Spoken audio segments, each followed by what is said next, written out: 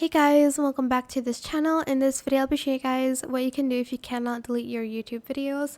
So for instance, if you're in a channel with somebody else, for instance, you're an editor, you cannot delete the video, but the owner can. As you can see here, I cannot delete the video if I'm an editor. So if I go here, I cannot select delete forever because it says I'm an editor. I can only upload, change captions, upload files, but I cannot delete content.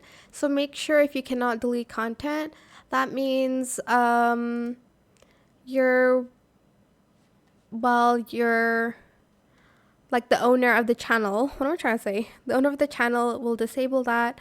Make sure that you are the I don't know, the co-owner, I guess. There's these settings here under permissions. It says owner here. So yeah, that is it. I hope it was helpful for you guys. Don't forget to like, comment, share, and also subscribe to this channel if you haven't done that already. If you have any more questions about this video, just leave it in the comment section down below. I will try my best to answer them all for you guys. And if you found this video helpful, please click the thanks button as well. That is it. Thank you so much for watching. Bye.